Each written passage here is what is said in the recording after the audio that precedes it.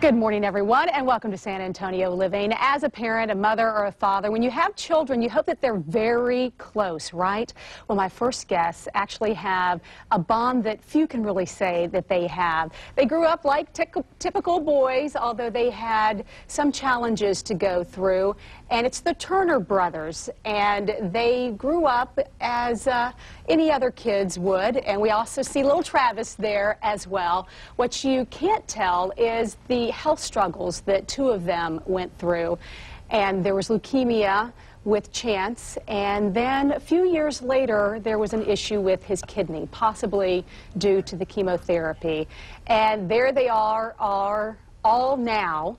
And you can see they look very healthy, and boy, they've been through a lot to be here today to talk about their journey and the special bond that they have. And we have Chance and Dustin Turner here, who are brothers. Travis is not here today. But just 4 months ago, they went through a liver transplant, a donation and a transplant. And that's something that can be done, yes, when you have a living donor. And I understand that this is only the second one that's been done here in San Antonio, so it's very unique and special. Thank you so much for coming here today. And Chance, how you feeling? I feel great. I feel real good. You've been through so many struggles, first with leukemia, when you were a youngster from 2 to 6, I believe. Yes. Went through a lot of chemotherapy. And then you realized you had more health problems a few years later. Right. What were the first symptoms that there was something that needed to be taken care of? Actually, I found out when I was 17. I came home from work and I had a huge stomach ache, and I told my dad, I was like, hey, I gotta vomit, and he was like, well, just let me know if I can help you. And I was like, all right. So I went in the bathroom and I threw up, and it was just gallons of blood. And then when I hemorrhaged, I knew at that point that something was wrong. They rushed me to the emergency room, and no one could figure out what was going on. And finally, they diagnosed me with some crazy disease called idiopathic something or another. And then after a while, after doing all these tests, and they decided that I was going to need a liver transplant because I hemorrhaged again when I was 21. And after losing so many pints of blood, it wasn't healthy for me to keep on that track, stay on that track of throwing up. So that's when they put out the application. Oh, actually, I knew that I could either wait or get a living donor, and my brother was like. And Dustin was a match. I know you also as Dusty too, and so you have to go through tests to find out if you're a match. Yeah, it's actually quite extensive testing. It's about 2 days worth of testing. You meet with all the doctors, and you have an advocate, and you know they want to make sure me as the healthy person is going to be healthy afterwards. So.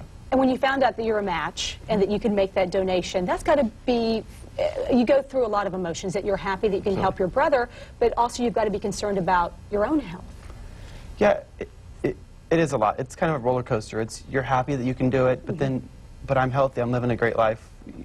You know, am I going to be healthy afterward? It's a lot, but it's well worth it. Your mom wrote us a letter, and she described you as the rock because you, growing up, had to be without your family a lot just because of Chance going through leukemia, I should say, and then also your younger brother, Travis, also going through some health issues and 7 surgeries, and he's fine today. And so, again, you're the rock, and a lot is placed on you. When you're getting ready for that surgery, what emotions were going through your mind?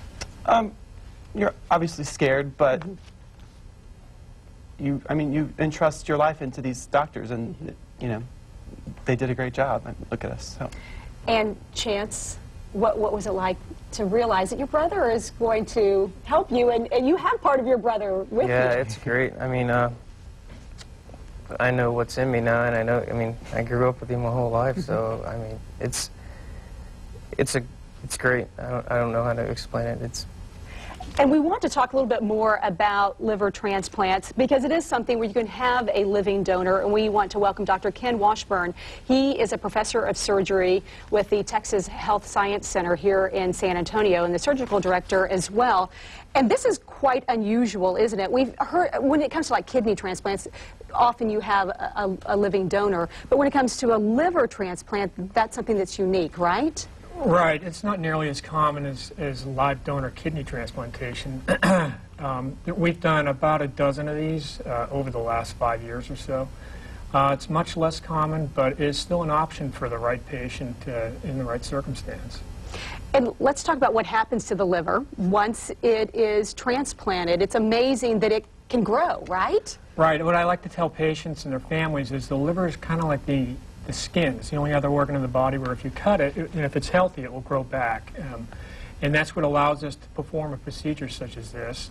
In the recipient, it will grow back in chance, and then in the donor, it also will grow back. It won't look normal, but functionally, it's the same in that regard. How long will that take? It happens very quickly over a period of a few months.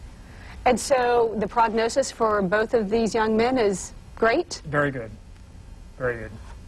And is this something that's going to become more and more common?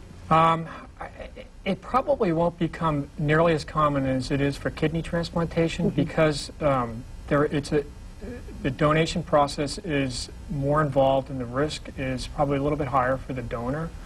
And it's just technically a lot more involved procedure.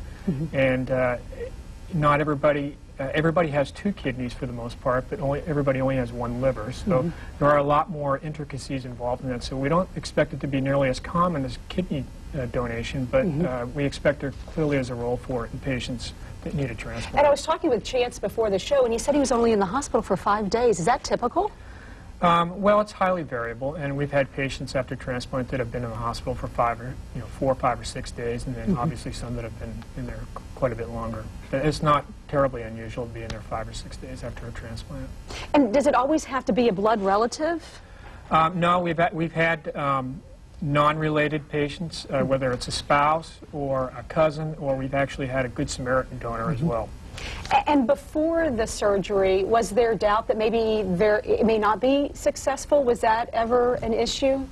It really, I mean, they do so many tests, they make sure you're going to be like completely compatible. If not, then they don't do it. I mean, if he had any, doubt in his mind that he wasn't going to be healthy or he didn't want to do it, they wouldn't have done it. Describe how you were feeling before physically and then when you started feeling better after the transplant. Is it immediate? Somewhat. I mean, coming out of the transplant, obviously you're on all kinds of drugs and you really don't know what feels right and what doesn't. But I mean, as of today, I feel a whole lot better than I used to. I mean, I used to be lethargic. I mean, I acted like a normal kid. I was, did everything normal because that's what I looked up to all my friends, and everything was always good. They were never hurting, and I was like, you know what, why act like I hurt? So I never did, and now I know how everybody else feels, how it's like to live like a normal life. Well, it is fantastic. Thank you so much for coming here and sharing your story. And thanks for coming in as well. I know you traveled quite a distance to come back home and share your story with everyone, so we do appreciate it. And if you're interested in learning more about being a live donor or a living donor, you can go online to the universityhealthsystem.com/transplant. You can also call the University Health System, the UT Health Science Center. It's 567-5777. Just incredible that the liver can grow again after it's been transplanted. All right.